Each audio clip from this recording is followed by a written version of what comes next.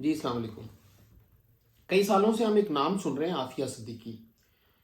اس عافیہ صدیقی کے بارے میں بتانا چاہ رہا تھا کہ اس کی بیک گراؤنڈ کیا ہے۔ اس کا باپ جو ہے وہ برٹش نیشنل ہے اور اس کی ماں جو ہے وہ انڈیا سے آئی تھی، انڈین ہے۔ تو اس نے برٹش پاکستانی مزاج سے شادی کی تھی، عصمت صدیقی۔ اور جو عصمت صدیقی ہے یہ ضیاء الحق کی واحد فالوور تھی اور وہ بڑی کٹڑ قسم کی مذہبی خاتون تھی۔ وہ حدود لا کے سخت ترین مخالف تھی اور وہ چاہتی تھی کہ سخت قسم کا اسلامی قانون جو ہے وہ اس پاکستان میں نافذ کیا جائے۔ خیر، عافیہ کی بات کرتے ہیں۔ عافیہ کراچی میں پیدا ہوئی اور زیمبیا سے اس نے اپنی جو ابتدائی تعلیم حاصل کی اور اس کے بعد اس نے 8ویں جماعت جو ہے وہ کراچی سے صرف کی ہے۔ اس کے بعد یہ چلی جاتی ہے اسٹوڈنٹ ویزے پہ یو ایس اے، وہاں جا کے یہ بی ایس کرتی ہے اور بی ایس کرنے کے بعد وہیں سے یہ پھر اپنی وہ جو پی ایچ ڈی ہے، ڈاکٹریٹ کی ڈگری ہے، وہ وہاں سے حاصل کرتی ہے۔ ایک بات میں بھول گیا کہ مولانا تقی عثمانی کی بھی کچھ عرصہ شاگرد رہی۔ 1990 میں یہ جاتے ہی ایم ایس اے کو جوائن کرتی ہے۔ ایم ایس اے کے ساتھ ہی یہ الکفا ریفیوجی سینٹر میں بطور رضاکار وہاں بھی کام کرنا شروع کر دیتی ہے۔ اب یہ جو الکفا ہے یہ ہے القاعدہ کی ماں، مطلب القاعدہ کی بنیاد جو تھی نا وہ الکفا سے پڑی تھی۔ الکفا عبداللہ اعظم صاحب، مولانا عبداللہ اعظم صاحب، یہ انہوں نے بنائی تھی۔ اور یہ میں نے وہ فوٹو بھی شیئر کی ہے، یہ اسامہ بن لادن کے استاد تھے، ٹھیک ہے۔ تو یہ جو الکفا ہے اس کے دفتر تھے بالٹیمور میں، نیو یارک میں، نیو جرسی میں، ہیوسٹن میں، بوسٹن میں، ہر جگہ پورے یو ایس اے میں انہوں نے اپنے دفتر کھولے ہوئے تھے۔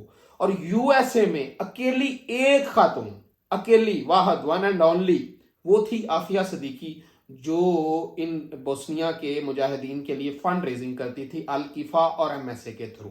پھر جب فروری 1993 میں امریکہ کے ورلڈ ٹریڈ سینٹر پر بمبنگ ہوئی تو جب گورو نے انویسٹیگیٹ کیا یو ایس اے والوں نے تو ان کو پتا چلا کہ یہ ساری جو پلاننگ تھی یہ جو الکفا ہے نیو یارک والا، انہوں نے کی ہے۔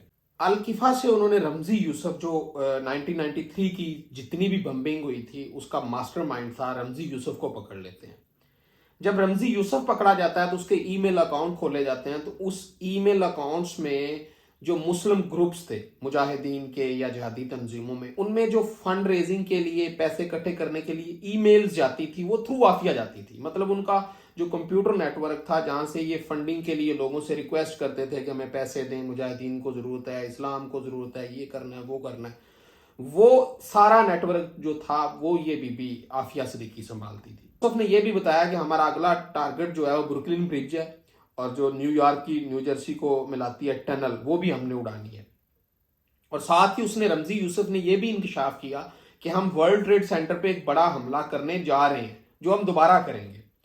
جو ایجنسیز تھی نا وہ ایکٹیو ہو گئی۔ رمزی یوسف جو ہے یہ 1995 میں پکڑا گیا تھا اور اس ٹائم جو عافیہ تھی اس نے گریجویشن کر لی تھی، ابھی ڈاکٹریٹ نہیں کیا تھا۔ تو یہ وہاں کی جو مسلم کمیونٹی تھی بوسٹن کی، یہ وہاں بڑی فیمس تھی۔ مطلب اس نے وہ چھوٹے چھوٹے ایونٹ کیا کرتی تھی، لوگوں سے پیسے اکٹھے کرتی تھی، فنڈ ریزنگ کر کے یہ بوسنیا اور یہ الکفا کے تھرو جو ہے یہ مجاہدین وغیرہ کو بھیجتی تھی۔ اس کے بعد کیا ہوتا ہے کہ 9/11 دوبارہ ہوتا ہے، یہ جو ورلڈ ٹریڈ سینٹر کو اڑا دیا جاتا ہے۔ تو انویسٹیگیشن تو آلریڈی وہ کر رہے تھے گورے، جب انہوں نے پتا کیا کہ یہ جو ساری فنڈنگ ہے، یہ جو پیسے بھیجے گئے، بندے آرگنائز کیے گئے، ان کو خریدا گیا، یہ کس طرح ہوئی، تو پتا چلا کہ لائبیریا میں 19 ملین US کی ایک ہیروں کی ڈیل ہوئی تھی، اس میں بھی یہ بی بی عافیہ صدیقی وہاں لائبیریا میں موجود تھی۔ پھر اس کے بعد عافیہ چونکہ امریکن ایجنسیز کے ریڈار پہ تھی، اس کے فلیٹ بینک کے بوسٹن کے اکاؤنٹ سے HBL کراچی میں مشکوک ٹرانزیکشن ہوتی ہیں کافی بڑی اماؤنٹس میں جو پیسے ٹرانسفر ہوتے ہیں، وہ فلیٹ بینک ایجنسیز کو بتاتا ہے کہ اس بی بی کے اکاؤنٹ سے پیسے جا رہے ہیں HBL کراچی میں۔ FBI نے اس کو بلا کے پوچھا کہ بی بی تم نے یہ جو $10,000 کی نائٹ ویژن گوگلز خریدی ہیں اور یہ جو C4 بم کا مٹیریل ہے یہ کس لیے خریدا ہے؟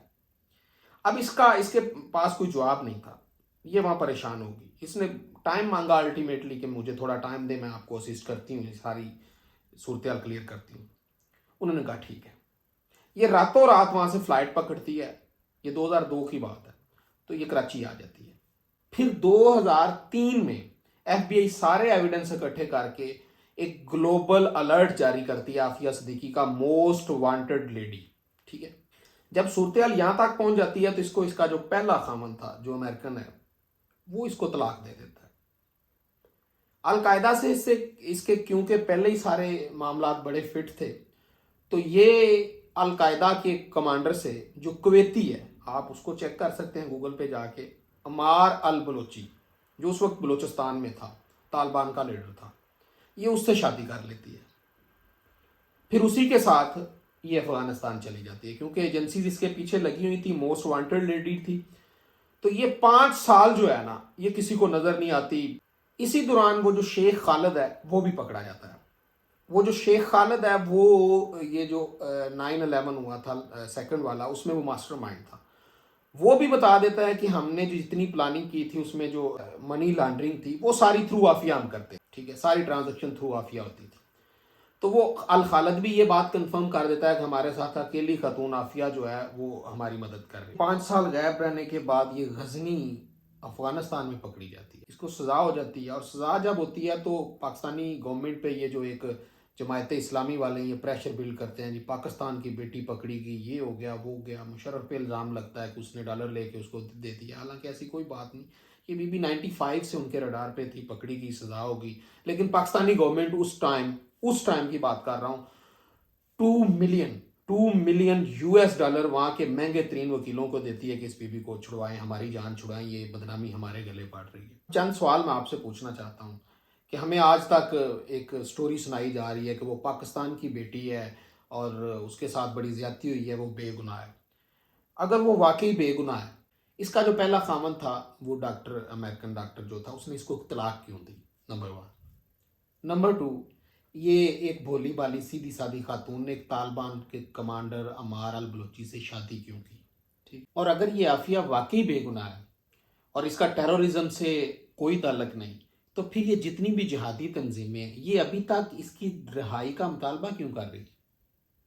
2010 میں طالبان نے ایک لنڈا نام کی اسکاٹش ہیلتھ ورکر تھی، اس کو اغوا کیا اور اس کے بدلے میں عافیہ کی رہائی کا مطالبہ کیا.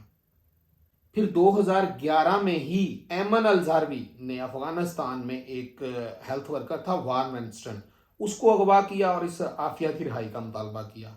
پھر 2013 میں طالبان کی USA کے ساتھ ایک نیگوشیشن چل رہی تھی، تو اس میں جو ان کے پاس قیدی تھے ان کی حوالگی کے لیے جو لسٹ بھیجی گئی طالبان کی طرف سے، اس میں جو سب سے پہلا نام تھا نا وہ اس بی بی عافیہ کا تھا. پھر 2013 میں ہی پاکستان تحریک طالبان نے 2 اطالوی شہریوں کو جو ہے وہ کڈنیپ کیا اور ان کے بدلے پھر اس بی بی کی رہائی کا مطالبہ کیا. پھر 2015 میں افغانستان میں امریکن صحافی جیمز فلوئے کو اغوا کر کے عافیہ کی رہائی کا مطالبہ کیا گیا. پھر 2017 میں یمن میں ISIS نے امریکن صحافی لیوک سومر کو یمن سے اغوا کر کے اس بی بی کی رہائی کا مطالبہ کیا اور پھر اس کا سر قلم کر کے ان کو ویڈیو بھی شیئر کی. ابھی 2023 ہے تو 2011 سے لے کے 2022 تک مسلسل جو ہیں یہ طالبان ISIS اس بی بی کی حوالگی کا مطالبہ کر رہے ہیں. اور دوسری طرف جو اس کی بہن ہے فوزیہ نام کی، اس نے پاکستان کو یرغمال بنایا ہوا ہے اور پاکستان میں ایک پورٹریٹ بنا رہی ہے کہ پاکستان کی بیٹی ہے پاکستان.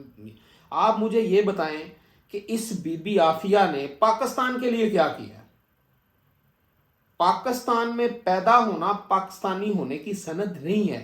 آپ یہاں صرف پیدا ہوئی ہیں اور پیدا ہونے کے بعد آپ USA چلی گئی ہیں.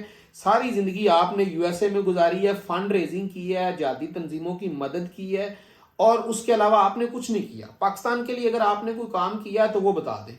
پاکستانی جو ہے وہ میں عبدالستار ایدھی کو کہتا ہوں جنہوں نے اپنی ساری زندگی پاکستان کے لیے گزاری. پاکستانی میں آسمہ جہانگیر کو کہتا ہوں جس نے ساری زندگی ہیومن رائٹس کے لیے کام کیا. تو پاکستانی وہ ہیں جو پاکستان میں رہ کے پاکستان کی خدمت کرتے ہیں. پاکستان میں پیدا ہو کے باہر جا کے بمبنگ کرنا، جہادی تنظیموں کی مدد کرنا اور اس طرح کے کام کرنا اور پاکستان کو انٹرنیشنلی بدنام کرنا، یہ آپ نہ کریں. یہ عافیہ جو ہے یہ امریکن سٹیزن ہے، ٹھیک ہے، اس نے ساری زندگی USA میں گزاری ہے اور ساری زندگی اس نے القاعدہ کے لیے کام کیا ہے. تو آپ پاکستان کو پلیز معافی دے دیں، پاکستان کو مزید بدنام نہ کریں. بہت شکریہ.